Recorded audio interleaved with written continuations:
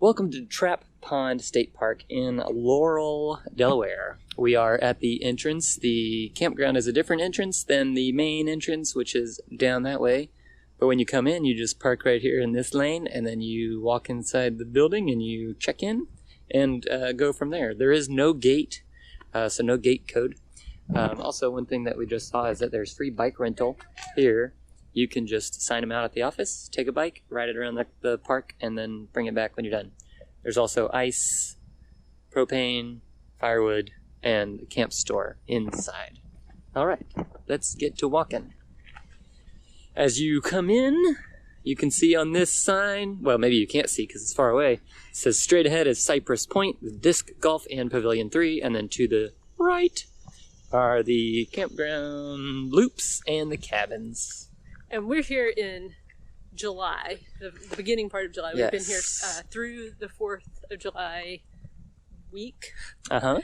And we were able to get reservations really close to the time of the 4th.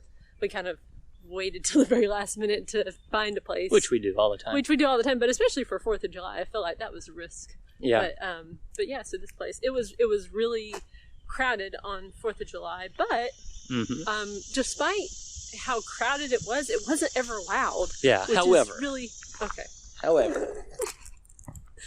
Well, let me just point this out first. There's a sign here that has all the different loops. So A and B are that way, C is straight ahead. Laundry, playground, pavilion, and then D loop, E loop, cabins, yurts, island sites, and the dump station. This way, we're going to go... Oh, actually, sorry everybody.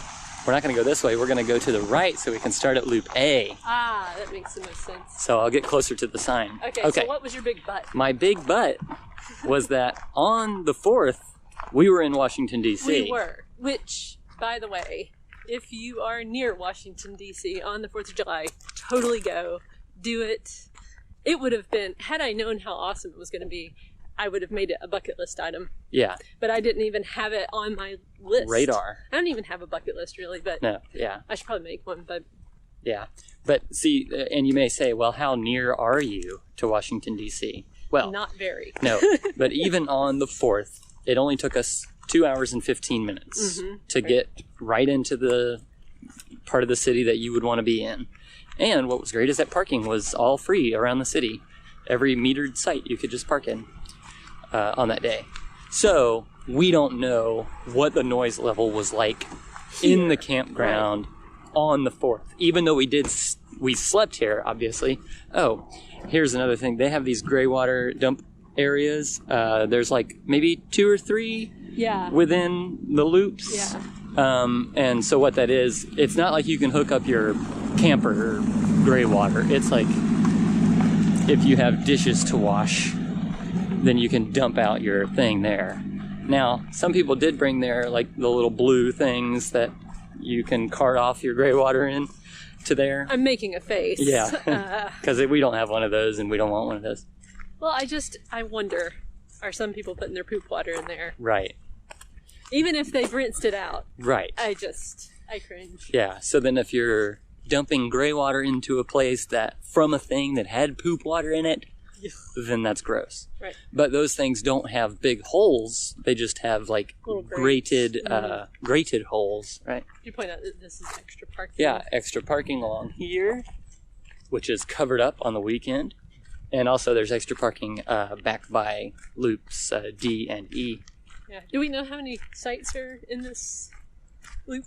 I mean, in this whole campground? I think each loop has about 30. Yeah. We will see as we walk through. 150 sites or so. Yeah, so it's a large campground that hasn't been loud. No, and Delaware is completely different than what I thought it would be. Mm-hmm. I thought Delaware would be a lot of cities, a lot of just urban. I don't know why I had this idea in my head. Well, because it's in the Northeast, or it feels like it should be in the Northeast. It is, but it's south of the Mason-Dixon line, right? Mm-hmm. Well, that's what we were told. Yeah. We haven't looked. But there's lots of farmland. We've driven basically up through the state at this point because we went to Philadelphia. And we went down all the way to Maryland. Right, and lots and lots of farmland. even like the small cities we've driven through have just been just that small little cities. So I'll point out coming up here, those yellow posts are a way to get onto the trail that leads over to the main or the day use area. So that way you can get there without having to go on the road. And there are some nice hiking trails, but there are also deer flies right now. It is in July.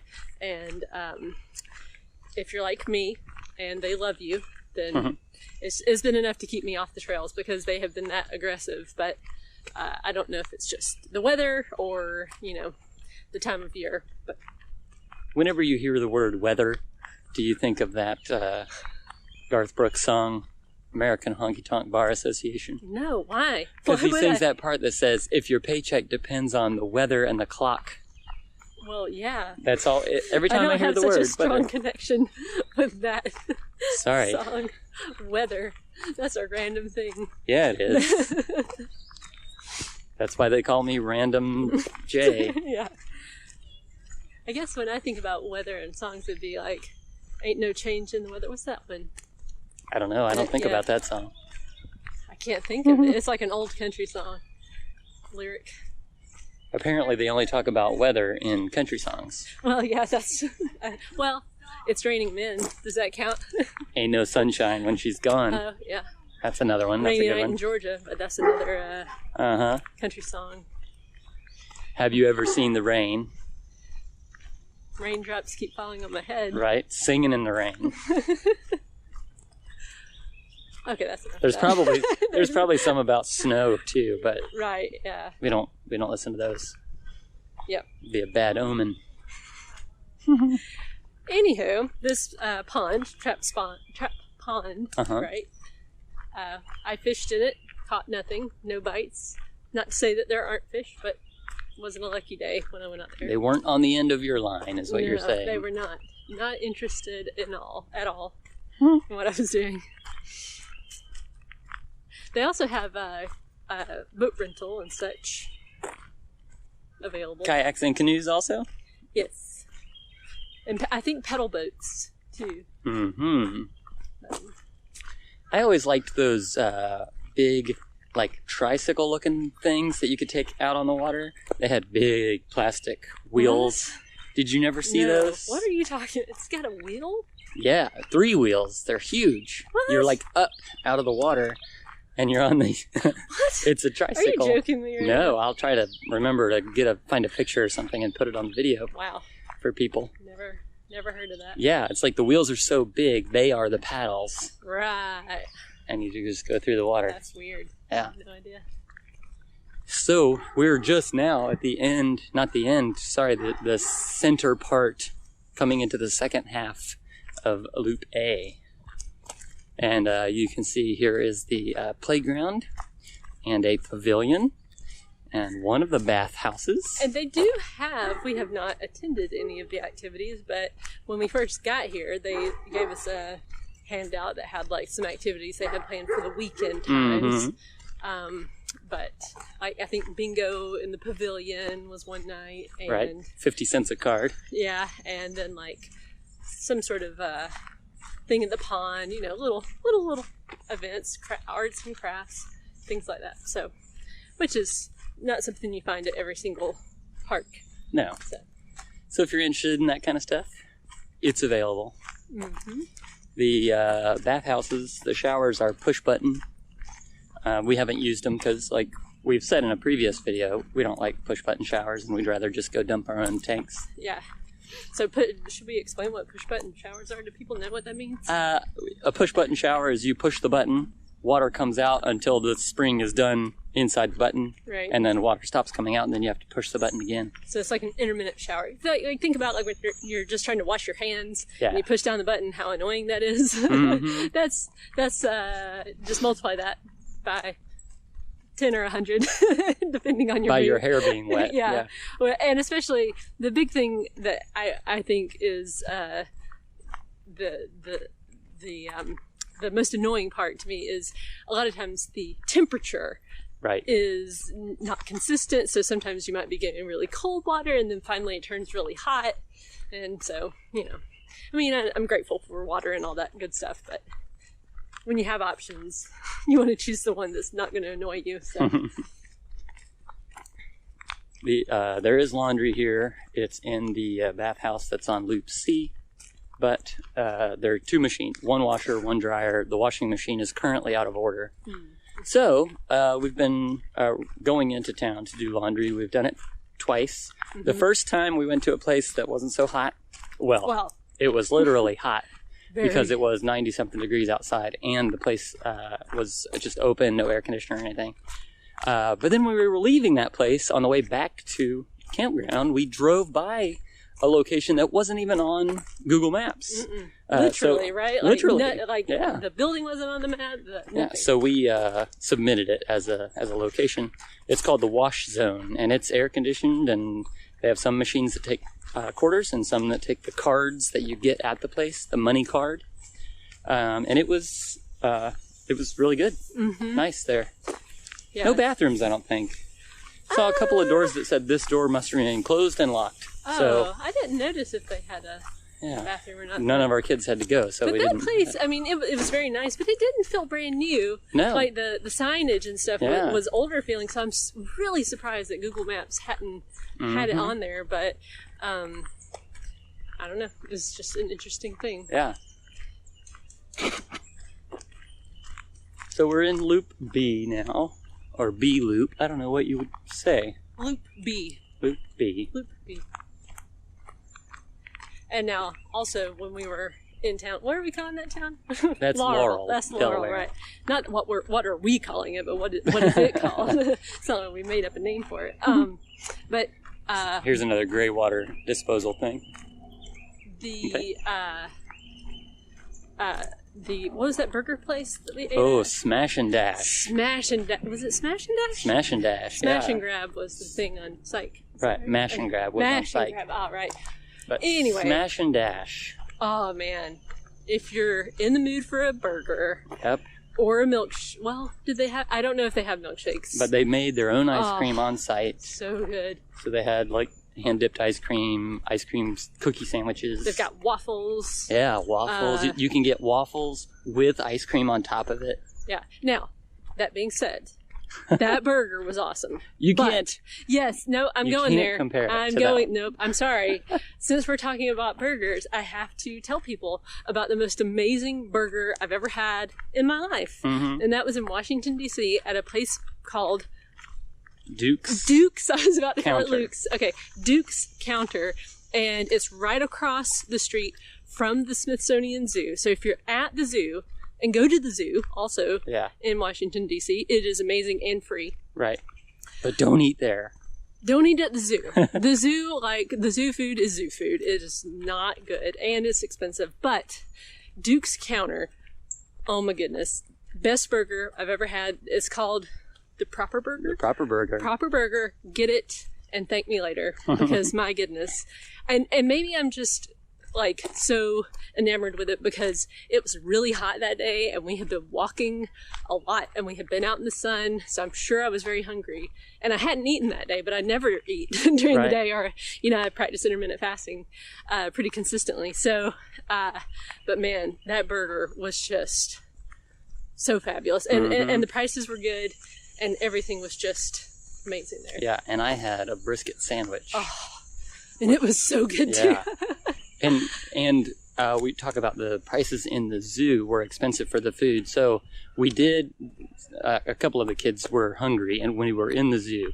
So the kids' meal was like $10.50 and it was a hot dog, a thing of apple juice. The saddest looking little hot dog you ever did see. It wasn't even like a big old plump ballpark. Not like a real plump wiener with a nice fluffy bun. Yeah. This was like... Cheap bun, cheap hot dog. Beef, because we don't eat pork. Yeah, but still. Yeah, it was like $1 worth of food, if that. Yeah. And that includes if you get that special light up cup that he got. Right. Now I will say that you did get the special little light up cup, which our our little 6-year-old has gotten $10 worth of enjoyment out of it already. And it was worth the $10 to have him, be happy because he is our one child who is very sensitive to not having food in his system. Right. Like if he gets hangry. I used to be like that. But he is very, very sensitive. And as soon as you give him food, he's like chipper and he's happy. And it's like, okay. So having him get happy was totally worth the money. And so I don't regret it, but at the same time, people should know. Right.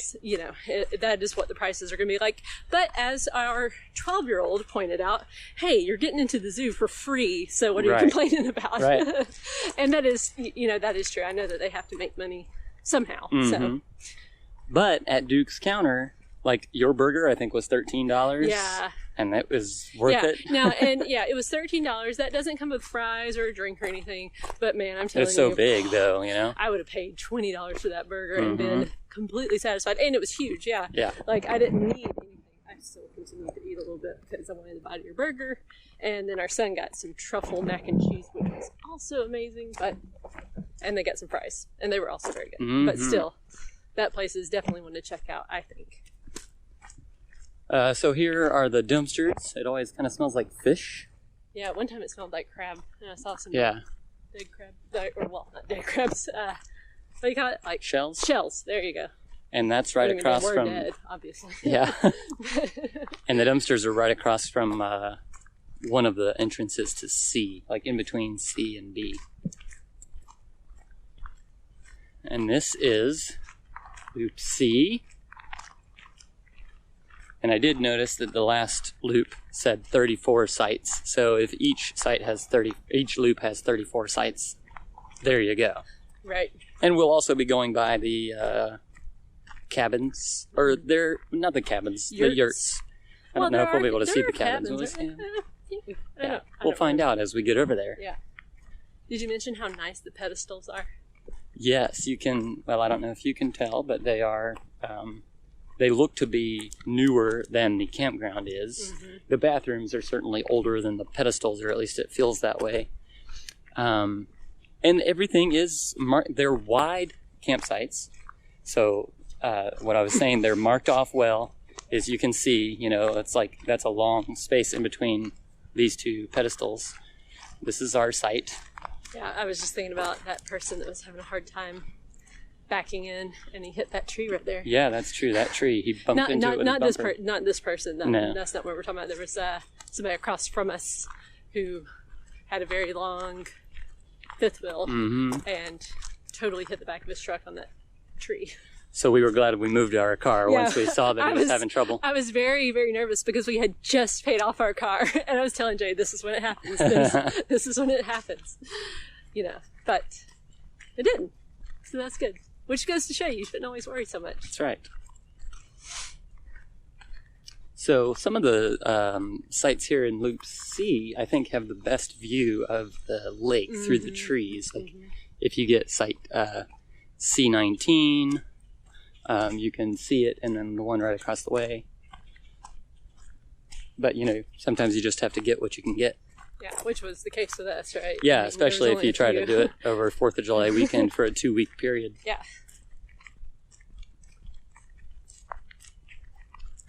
But from here, which we didn't do it, you could go to like Ocean City, Maryland, to the beach. We had planned on doing that, but didn't end up. Because we went to D.C. Yeah, we went to D.C. twice, actually. Man, I gotta say, I totally didn't think D.C. was going to be one of those cities we'd want to spend much time in, just because I went when I was like 15, and I enjoyed the trip okay, but I really thought, our kids wouldn't really like it, because it's a lot of museums, and we have found through this whole adventure that our kids don't really like museums. Like, they want to be out in nature, or they want to be at the beach, or they want to be in the pool. Like, they're just not that interested in going to a lot of museums. Right. And in my mind, it was like, well, that's all that Washington, D.C. is a bunch of museums. But, man, there's so much to see there. Just so much to see. Just out when you're walking. Just looking at the the memorials or but then the zoo was there, and that was something our kids really wanted to do. And then we went there one day and explored and did the zoo and stuff, and then we decided to go back on the 4th of July, which I'm so glad that we did. And we could totally go back.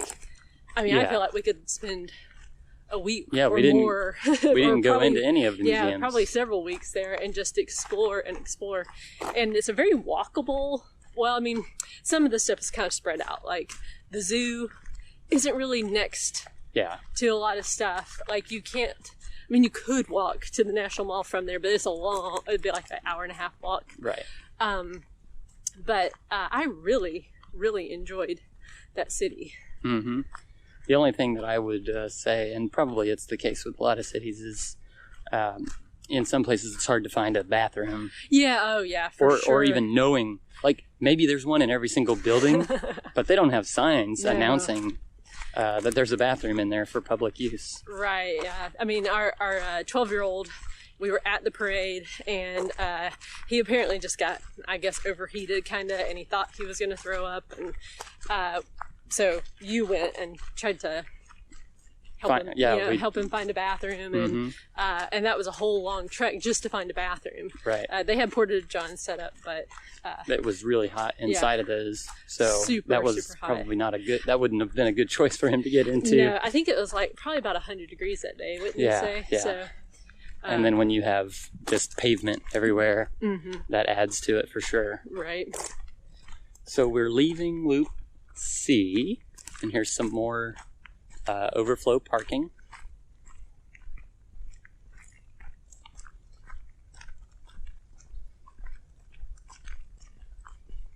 But so this is a good location to be able to get in to different places. Like you could even drive to Philadelphia from here in less than 2 hours. Right. Like we did from Killens Pond State Park. We drove to Philadelphia, and that was nice. It's really difficult to find like state park camping in places that are really close to big cities. Yeah. In a lot of places. Sometimes that's not the case, but you know, so we found it was just as easy to stay away and then just drive in those days that we wanted to go in. Yeah, and I would say like 2 hours is the max that I would recommend for that. It's a bit of a stretch when we have those days. I mean, when it's like an hour or so, I feel like the next day I don't even feel that. But when it's like a 2 hour drive one way, that starts to feel like, oh man, I'm exhausted the next day. So, especially when you're the one who drove it. Right. And I'm not the one driving. But if you can catch that undercurrent of what his meaning is. But just being in a car for that long is difficult. And then walking all day in the city. And for everybody involved too. I mean, the kids too. They're having to ride for 2 hours to get somewhere, and then we're exploring the city, and then they're riding an additional 2 hours, and then you get back the next day, and everybody's like, "Well, let's take the day off, because we need to recuperate." But which is fine to do. It's just a matter of kind of expecting that when we have this kind of exploration day, the next day is probably going to need to be like a half day of work or school or maybe just a day off, depending on what you can finagle. Did you point out that there's like a walking path going? I didn't. But you can see here, the walking path comes through here, and it goes all the way through each loop, so it can take you to either the bathhouse or the playground or the pavilion, and it goes all the way through over here. Which is a really nice little feature, because not very many campgrounds do it that way, and that it can make, what could be a really short walk into a really long walk. And you certainly don't want to be walking through other people's campsites. Yeah. So it's nice that, and even this path here has railings along the edges so that you know you're there. I'm about to get hit by a truck. Don't get hit.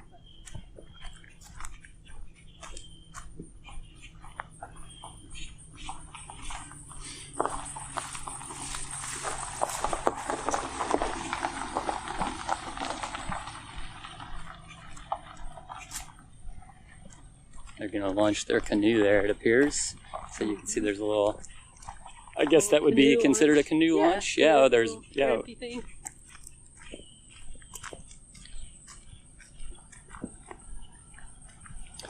So, as we come to this part here, we're not going to continue down Loop D just yet.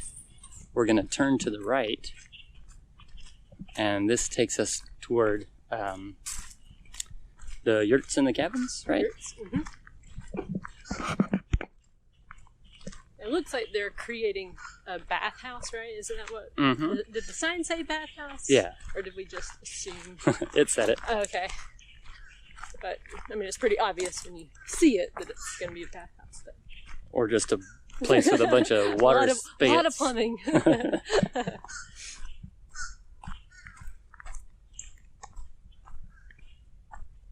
And the Walmart is what, like? There are 3 Walmarts, all within 25 minutes. But there is a Sam's Club at the one in Salisbury, Maryland. So, if you want to go to Sam's Club, it's right down there. Which we love to go to Sam's, but it's really hard to fit stuff in the freezer and refrigerator. So we use it still sometimes, actually, but not as much as we used to. So down there was a thing that said Island Site 1. I'm assuming it's a camping site for tents, perhaps. And it's either on an island or something like that. There was someone parked there, so we weren't going to walk down there. But here's the bathhouse construction. It doesn't have a projected date of completion. So right now, if you're staying in a yurt or a cabin, there are porta potties, porta johns, whatever people want to call them. So there are some cabins right there, like cabin yurt. So it's like cabin yurt, which is interesting. Usually it's all the yurts all together, all the cabins, but they wanted to diversify the neighborhood, I guess. We've not stayed in a yurt yet. Nope. Interesting. Do you have plans?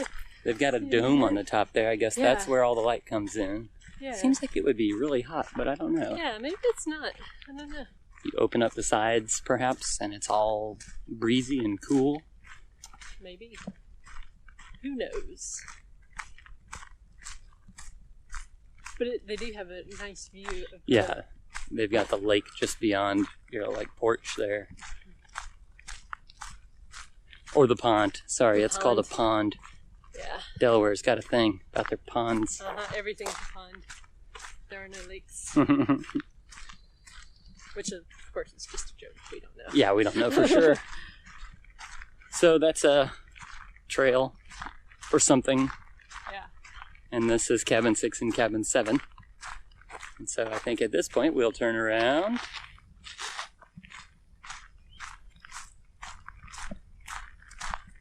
And when you catch us next time, we'll be continuing on Loop D, where we came down this road.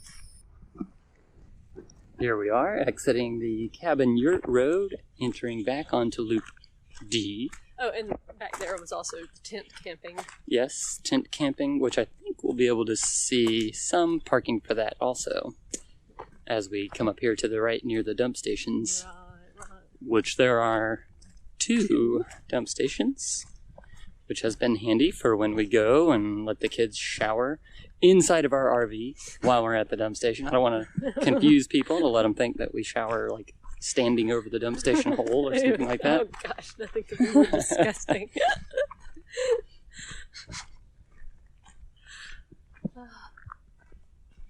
And there was a line, right, on Sunday to get... There was one at one of them, and then we had to wait maybe a minute and a half before the person in front of us left.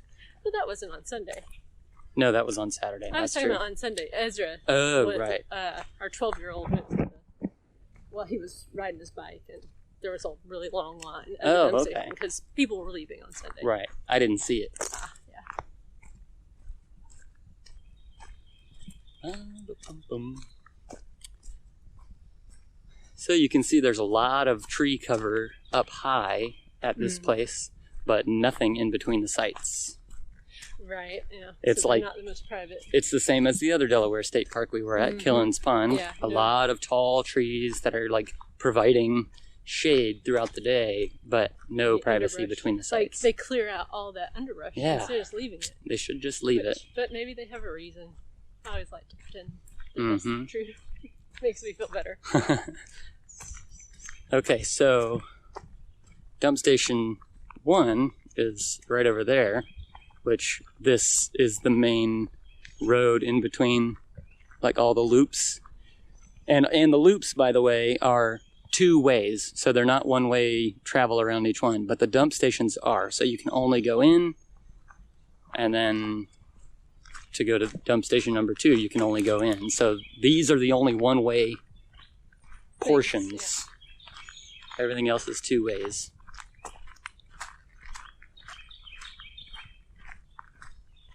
And so this is taking us to area E, which is not RV camping. Nope. It's tent camping. Right.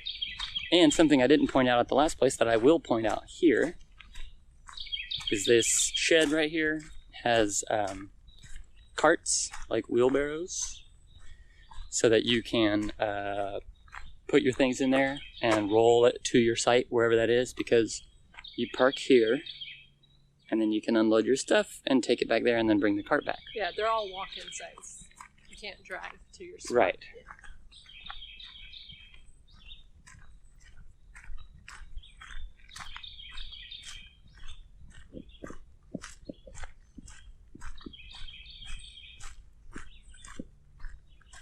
Did we talk about how similar Delaware is to Florida? We did it for the Killen's Pond video, but well, not everyone let's saw go that ahead. video. Yeah. So. But yeah, this place is very similar to Florida. There's cypress trees and kind of swampy areas, and there's lots of sand, and the weather is really similar. And yeah, so there, and deer flies. So. Yeah, this right here. If I was drugged and taken out to the woods and put here, I would think I'm in Florida. Yeah. Although there aren't as many palm type trees. That is true. That is the one thing about this place that is different. Lack of palm trees. So these are, the tent sites. They're back in the woods. We're not going to walk down each one of them. And I keep talking about the deer flies, and people may not know what a deer fly is. What a deer fly is. It's not a flying deer. It is, and maybe you could put a picture in the video, but it's this fly, and it's got this pattern on its wing, and they will bite. They're aggressive biters, and for whatever reason, I tend to swell up at the bite site, so I guess I'm kind of allergic to them. So it's not just like having a little mosquito bite, like it can be a really, really itchy. I think just certain people are more sensitive to the bite than others, because you get bit, but you don't swell, right? But so that is why. And in my experience, they also bite directly through DEET, any kind of like off or anything like that. It doesn't deter them, so that's what makes them particularly vicious. Right, and we've even tried the 40% DEET off. Yeah. So here we are back at, this is the bathhouse that's under construction. Okay.